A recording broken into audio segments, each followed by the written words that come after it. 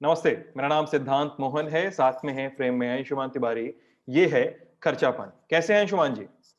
जी, बिल्कुल अच्छा हूँ सिद्धांत। खर्चा पानी में आप सबका स्वागत है। हुँ। अंशुमान जी, आज हमारे पास 2 खबरें हैं डिस्कस करने के लिए। पहली खबर जिस पर हम बातचीत करेंगे, वो एक टिप्पणी है, उसको रेटिंग तो नहीं कह सकते, उसको टिप्पणी कह सकते हैं। क्रेडिट सुइस जो है वो इन्वेस्टमेंट बैंक है, तो उसकी टिप्पणी है वो इंडिया को लेकर, पहली खबर उस पे है हमारी। और दूसरी खबर हमारे बैंकिंग सेक्टर के प्राइवेटाइजेशन को लेकर है। 4 भारत के मिड साइज बैंक हैं, उनको प्राइवेटाइज किया जा रहा है। बजट में नेशनल एसेट मोनेटाइजेशन पाइपलाइन का अनाउंस भी हुआ था, बैंकिंग सेक्टर को और प्राइवेट हाथों में देने की बात भी हुई थी। 2 बैंकों का जिक्र हुआ था, बात 4 पे आ गई है। इस पर बाद में आएंगे। पहले पहली खबर, क्रेडिट स्विस इन्वेस्टमेंट बैंक है ये, और इंडिया को उन्होंने अपग्रेड किया। ये रैंकिंग नहीं है, ये उन्होंने अपग्रेड किया। उनके पास कई सारे खांचे हैं देशों को रखने के, उनके बिजनेस के रखने के। इंडिया को उन्होंने ओवरवेट कैटेगरी में डाला है। और जैसा खबरें बता रही हैं कि इंडिया के साथ साथ उन्होंने ऑस्ट्रेलिया को भी ओवरवेट कैटेगरी में रखा है। यहां पे एक चीज ये भी जरूरी हो जाती है कि उन्होंने चाइना और थाईलैंड को डाउनग्रेड किया है। इसी टिप्पणी में क्रेडिट ने उन्हें डाउनग्रेड भी किया है। अंशुमान जी, पहली टिप्पणी इस पे। ये सिद्धांत महत्वपूर्ण है और भारत की अर्थव्यवस्था में रिकवरी के साथ अंतर्राष्ट्रीय एजेंसियों का नजरिया अब भारतीय अर्थव्यवस्था की ग्रोथ को लेकर बदल रहा है। पहले हमें समझ लें कि इन शब्दों का मतलब क्या है, ओवरवेट, अंडरवेट और मार्केट वेट का मतलब क्या होता है। जो बड़े अंतर्राष्ट्रीय निवेशक हैं, वो जितना फंड किसी एक बाजार में लगाने के लिए निर्धारित करते हैं, उसमें जिस भी बाजार को वो अपनी एलोकेशन से ज्यादा तरजीह देते हैं, उसको वो ओवरवेट बताते हैं। जिसे सामान्य स्थिति में रखते हैं उसे मार्केट वेट कहते हैं, और जिसे उससे नीचे कर देते हैं उसे अंडरवेट करते हैं। खैर, बाकी जबान में इन शब्दों का बहुत मतलब है, बहुत मीनिंग है। और क्रेडिट स्विस जैसी एजेंसी अगर ये कहे कि वो किसी बाजार को ओवरवेट कर रही है, यानी वो जितना डिजर्व करता है बाजार, उससे ज्यादा भरोसा उन्हें उस बाजार पर है, उससे ज्यादा साख उस बाजार की उनकी निगाह में है। यानी क्रेडिट स्विस ये संकेत देने की कोशिश कर रही कि वो भारतीय शेयर बाजार में आने वाले समय में और निवेश करने की में इच्छुक भी है, और लोगों को सलाह भी देगी जो उसकी सलाह से निवेश करते हैं। ये ये कोई रेटिंग नहीं है, जैसे कि हम फिच की, स्टैंडर्ड पुअर या मूडीज की रेटिंग देखते हैं। ये दुनिया भर के निवेश फंड्स की अपनी रैंकिंग है, जिसके आधार रैंकिंग पर है, वो दुनिया रेटिंग ना भर हो के गया, ये अलग अलग रैंकिंग है। रैंकिंग है, जिसके आधार पर वो अपने फंड का एलोकेशन करते हैं। जैसे हम्म। मान लीजिए अगर क्रेडिट स्विस के पास $100 हैं और वो एक ओवर वेट बाजार में अभी तक भारतीय बाजार में अभी तक वो $40 लगाती थी, तो ओवरवेट करने के बाद उसमें $50 लगाने की कोशिश करेगी। जबकि चीन के बाजार में वो $50 लगाती थी, तो वो 40 के मार्केट वेट पर ले आएगी। ये तरीका होता है। पर ये तो बाजार की भाषा है। पर ये संकेत जो है, ये इसमें 3-4 चीजें छिपी हुई हैं। जैसे जैसे भारतीय अर्थव्यवस्था में रिकवरी की प्रक्रिया शुरू हुई है, हम अलग अलग एजेंसियों के अलग अलग आकलन आते देख रहे हैं। जैसे फिच और मूडीज जैसी एजेंसियों ने भारत में राजकोषीय घाटे को लेकर चिंता व्यक्त की। उन्होंने हम्म। कहा कि अगले साल राजकोषीय घाटे को मैनेज करना या कंट्रोल करना मुश्किल हो जाएगा। फिच ने कहा कि भारत में डेट टू जीडीपी रेशियो कितना ज्यादा है, इस पर हमारी निगाह रहेगी। इसके बरक्स क्रेडिट स्विस एक दूसरे पैमाने के आधार पर भारतीय अर्थव्यवस्था को लेकर चीन और थाईलैंड की तुलना में ज्यादा उत्साहित है, और ऑस्ट्रेलिया को लेकर भी है। चीन को उनका कहना है कि चीन में जो रिकवरी का फेज था वो अब ओवर हो रहा है। हाँ, उन्होंने कहा भी है कि most exciting part is over. हाँ, चीन में जो रिकवरी का बड़ा फेज है वो ओवर हो रहा है, और भारतीय अर्थव्यवस्था में तेज रिकवरी शुरू हो रही है। इसलिए भारतीय अर्थव्यवस्था या भारतीय शेयर बाजार, अर्थव्यवस्था भी नहीं, भारतीय शेयर बाजार में निवेश के लिए वो इसे बेहतर मान रहे हैं। और यही लगभग दर्जा उन्होंने ऑस्ट्रेलिया को भी दिया है, जबकि थाईलैंड को मार्केट वेट पे रखा है। मतलब चीन में निवेश नहीं घटाया, पर चीन पहले ओवरवेट कैटेगरी में था, वो सामान्य मार्केट वेट कैटेगरी में आ गया है। और इसके पीछे क्रेडिट स्विस की 2-3 महत्वपूर्ण ऑब्जर्वेशन है। एक तो उनका ये मानना है कि भारतीय अर्थव्यवस्था में रिकवरी की रफ्तार धीमे धीमे क्रमशः तेज होगी। दूसरी महत्वपूर्ण बात है कि ये चीज भारतीय शेयर बाजार की जो हाल की गतिविधियां उनसे प्रेरित है। और हम लगातार देख रहे हैं कि मंदी के बावजूद भारतीय शेयर बाजार में रिकॉर्ड तेजी है, जिस पर हम बार बार चर्चा करते रहे। 52,000 इंडेक्स हो चुका है। भारतीय शेयर बाजारों में विदेशी निवेशकों का भी निवेश आ रहा है और घरेलू कंपनियां भी निवेश कर रही। और तीन जो सबसे महत्वपूर्ण चीजें जो भविष्य में दिख रही हैं दुनिया के निवेशकों को, जिनका असर आज भी हमें दिखाई दिया, जैसे बैंक निफ्टी पे हम बार बार चर्चा करते हैं कार्यक्रम में कि बैंकिंग स्टॉक्स का शेयर ऊपर जा रहा है। तो सबसे बड़ी चीज बैंकों का निजीकरण, प्राइवेटाइजेशन, जिसको लेकर पूरी दुनिया के निवेशकों में बहुत उत्साह है कि भारत अपने सरकारी बैंकों को प्राइवेटाइज करने जा रहा है। अभी तक हमने प्राइवेटाइजेशन नहीं देखा सरकारी बैंकों का, सरकारी बैंकों के मर्जर और दूसरे सरकारी बैंक में तो देखे, पर प्राइवेटाइज करने जा रहा है। ये एक बड़ा उत्साह और बड़ा पॉजिटिव ट्रिगर है जो क्रेडिट स्विस को दिखाई दे रहा है।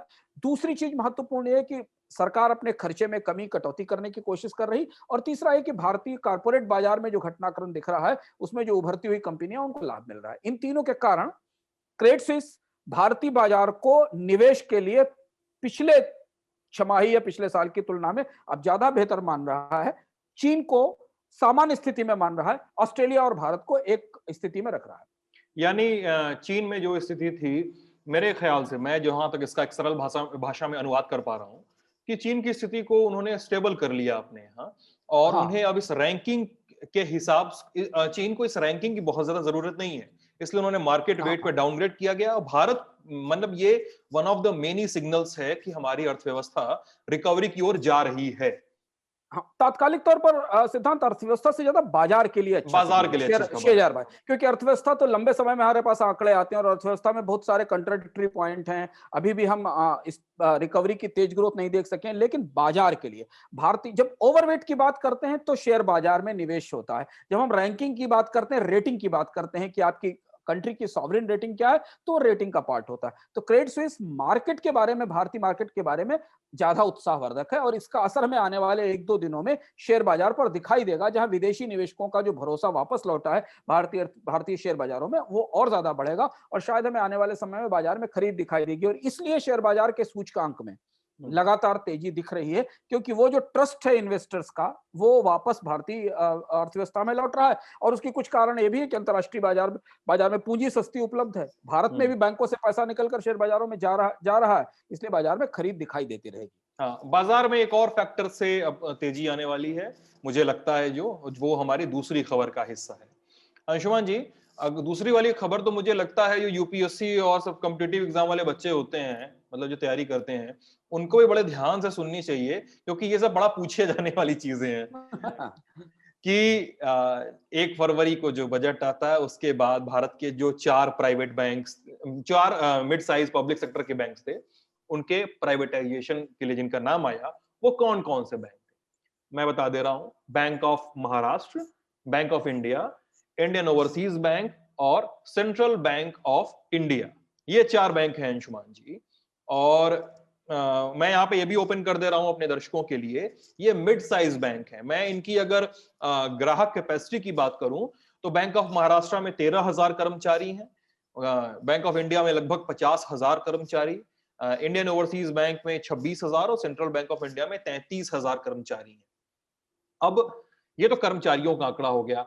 अब मैं अगर यहाँ पे आपसे ये कहूं कि यहाँ पे प्रोटेस्ट वगैरह ऑलरेडी शुरू हो गया है शुमान जी, और ये बैंक ऑफ ये जो लोग, हाँ, कमेंट में लोग पूछते हैं कि ये सब आंकड़ा कहाँ से लेकर आते हैं, तो बैंक यूनियन ऑफ बैंक से, वहां से आपको ये कुछ चीजें मिल जाती हैं मोटा मोटी। तो प्रोटेस्ट वगैरह शुरू हो गया है अंशुमान जी। सरकार ने इन चारों बैंकों को क्यों चुना?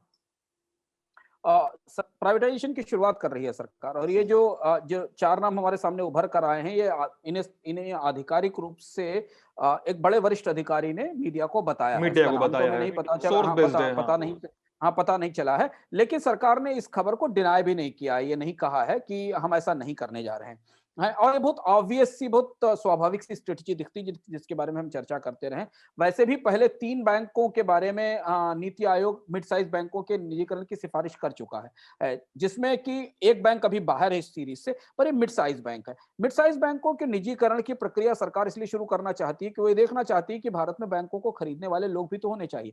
यहां से एक चीज बड़ा स्पष्ट रूप से सामने आ गई है, जिस पर हम चर्चा करते रहे, कि जो सिस्टमेटिकली इंपॉर्टेंट बैंक हैं, जो too big to fail bank हैं, जैसे कि स्टेट बैंक है, पीएनबी SBI है, हो बैंक गया। ऑफ, इन बैंक्स को फिलहाल सरकार डिसइन्वेस्ट नहीं करेगी या इनका निजीकरण नहीं करेगी।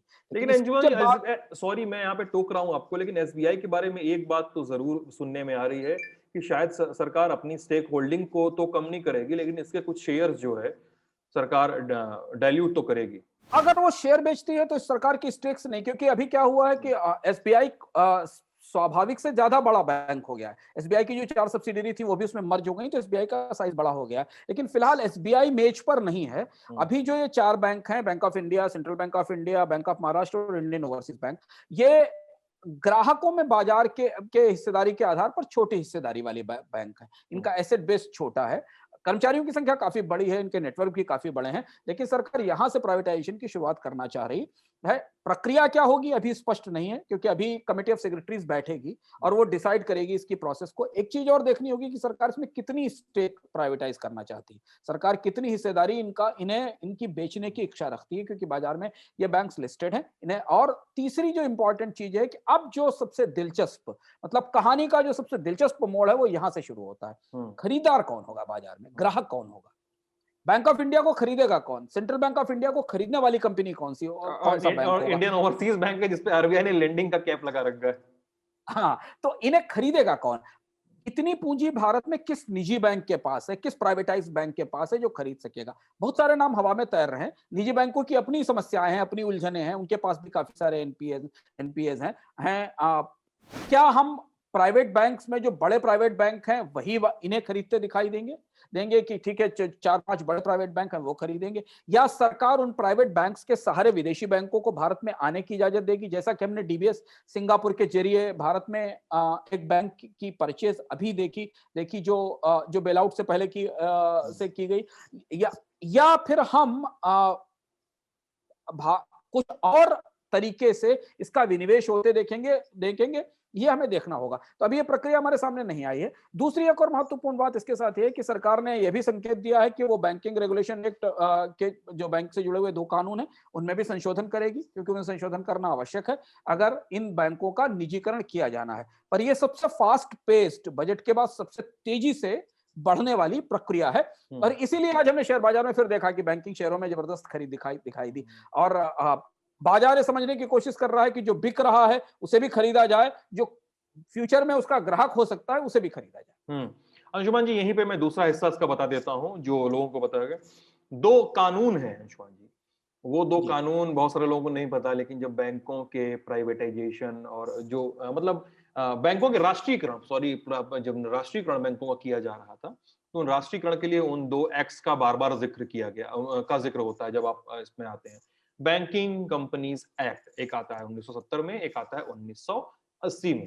अंशुमान जी, सरकार को तो इन दोनों में अमेंडमेंट करना पड़ेगा।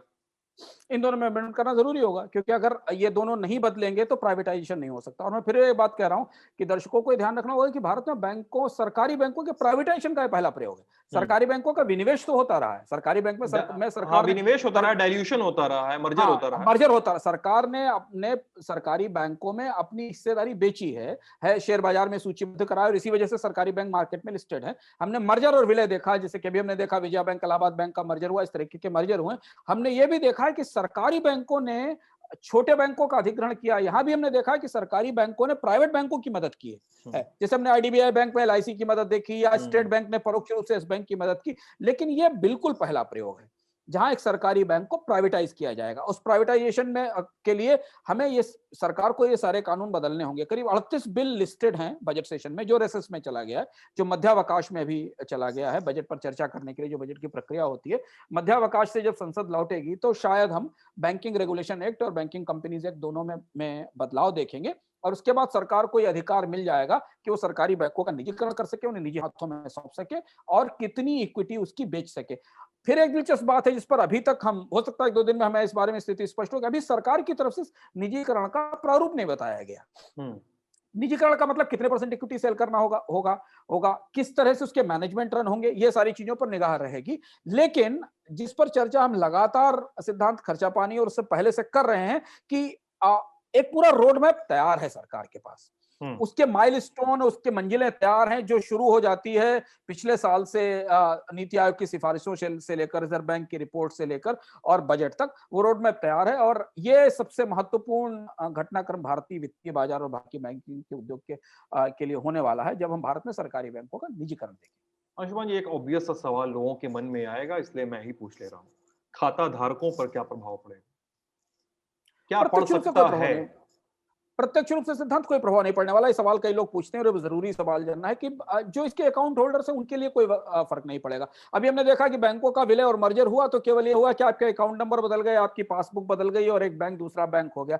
निजीकरण के बाद बैंकों के कामकाज पर, उनके संचालन पर कोई असर नहीं पड़ेगा। मुझे लगता है बैंक थोड़े ज्यादा इफिशियंट हो जाएंगे, सरकार का दखल उसमें कम हो जाएगा, क्योंकि सरकारी बैंकों में सरकार का दखल होता है, उन्हें कई तरीके के लोन माफ करने पड़ते हैं, कई तरह की सरकारी स्कीमें लागू करनी पड़ती हैं, और सरकार खुद इससे भर पाई है, मतलब खुद सरकार इससे ऊब चुकी ऊब है कि वो चुकी है। सरकारी बैंक को अपने तरीके से इस्तेमाल करे। अब आप ये सोचिए, मान लीजिए 4 बैंक अगर बाहर हो जाते हैं सरकार के कंट्रोल से, तो इनसे तो वो नहीं कहेगी ना कि किसानों का लोन माफ कर दीजिए जाकर, और अगर माफ कराएगी तो सरकार बजट से इनको पैसा देगी देगी तो जो सरकार का उपयोग दुरुपयोग होता है, प्राइवेट बैंकों की तरह काम करेंगे तो प्राइवेट बैंक अपने तरीके से काम करते हैं। हालांकि यहाँ एक चीज ध्यान रखनी जरूरी है, जो बात कुछ कि प्राइवेट बैंक कोई बहुत अच्छे मैनेज नहीं है भारत में। हमने प्राइवेट बैंक में बहुत सारी समस्याएं देखी हैं, इस बैंक में और देखी, वो कई एक्सिस सारे बैंक। लोगों की रीच से बाहर भी कहे जाते हाँ, हैं, मतलब कई बैंकों नहीं में नहीं, ये है कि आप 10,000 रुपए अकाउंट में मिनिमम रखिए, उनके हाँ, इंटरेस्ट रेट्स बड़े हाई होते हैं। अब ये नहीं, ये चीज समझना जरूरी है कि क्या ये वो सोशल बैंकिंग कर पाएंगे कि नहीं कर पाएंगे। ये भी हमें निजीकरण से पता चलेगा, क्योंकि वो जो सोशल बैंकिंग करते थे कि आपको नो फ्रिल्स अकाउंट खोल देना है, आपको बहुत सारी प्रायोरिटी सेक्टर लेंडिंग करनी है, प्राइवेट बैंक से नहीं कराई जा सकती। लेकिन सरकारें चाहती नहीं, सरकारें चाहती है कि बाजार में ट्रांसपेरेंटली डेट का लेन देन हो, और इसलिए ये सारा जो सोशल बैंकिंग का काम है ये 2-3 बड़े सरकारी बैंकों पर डाल दिया जाए, जिन्हें सरकार पैसा देती रहेगी, state bank, bank of Baroda, Punjab national bank. बाकी बैंक्स को इससे बाहर किया जाए। खाताधारकों पर प्रत्यक्ष रूप से कोई असर नहीं पड़ेगा मेरे हिसाब से। मुझे लगता है कि बल्कि बैंकों के संचालन ज्यादा ज्यादा ज्यादा पारदर्शी हो जाए होंगे, और उनकी क्षमताएं और उनकी कॉस्ट कम होगी। हाँ, एक हिस्से पर असर पड़ सकता है जिसको लेकर यूनियन लगातार आंदोलन कर रही है, वो कर्मचारी हैं। अभी हमारे सामने स्पष्ट नहीं है कि कर्मचारियों पर क्या असर पड़ेगा, क्योंकि जब दो बैंक आपस में मिलेंगे तो जरूर है कि उनके संचालनों में दोहराव होगा होगा ब्रांचेस मर्ज होंगी, ओवरलैपिंग को करने के लिए आपको स्टाफ कट करना पड़ता है तो अक्सर। फिर अब वो स्टाफ कट होगा कि नहीं होगा, और इसे कैसे एडजस्ट किया जाएगा, ये बात शायद सरकार को, यूनियंस को या बैंक के कर्मचारियों को कन्विंस करनी या समझानी पड़ेगी, जो हमें भी पता नहीं है। हाँ, खबरों में ये भी बताया जा रहा है कि जो फाइनल है, जो नॉड है, सब फाइनल मुहर है सब कुछ पे, वो इन सब हर्डल्स को पार करने के बाद ही लगेगी। तो एक बहुत बड़ी बहस हाँ, अभी मेरे ख्याल से 1 अप्रैल से जो शुरू होगा ये सब कुछ, वो 5-6 महीने तक चलेगा एकदम भयानक। फिर पहले तब मुझे हम पहले मेरी सबसे हम लोगों की सबसे ज्यादा निगाह इस बात पर रहेगी कि जब सरकार बैंकिंग रेगुलेशन एक्ट और बैंकिंग कंपनीज एक्ट को पर में अमेंडमेंट मूव करती है तो सदन में क्या बोलती है, संसद में क्या बोलती है। सरकार, वित्त मंत्री या वित्त राज्य मंत्री या सरकार के जो भी व्यक्ति होंगे वो इस पर जवाब क्या देते हैं, क्योंकि संसद शायद उनसे पूछेगी, संसद को उनसे पूछना चाहिए कि आखिर निजीकरण का रोड मैप क्या है, इससे होगा क्या, शेयर धारकों का क्या होगा, खाता धारकों का क्या होगा, कर्मचारियों का क्या होगा, बैंकों के एनपीएस को कैसे सेटल किया जाएगा, क्या बैड बैंक पहले आएगा, इनके एनपीएस उसमें ट्रांसफर किए जाएंगे, या जो टेक ओवर करने वाला प्राइवेटाइजेशन वाला जो बैंक है वो इनके एनपीएस की जिम्मेदारी भी लेगा। ये सारे सवाल शायद हमारे दिमाग में घुमड़ रहे हैं, और जो दर्शक उसको देख रहे हैं उनके दिमाग में भी सारे सवाल होंगे जो हम भी पूछने की कोशिश कर रहे हैं, जानने की कोशिश कर रहे हैं। हो सकता है संसद में जब ये बिल मूव हो तब सरकार इन सवालों का जवाब दे। तो ये था हमारा आज का खर्चा पानी। कैसा लगा, क्या राय है, जरूर बताइएगा लिखकर वीडियो के कमेंट सेक्शन में। सवाल, शिकायत, सुझाव, सब कुछ का स्वागत है। मैं हूं साथ में अंशुमान तिवारी। आप ललन टॉप देख रहे थे। बहुत बहुत शुक्रिया।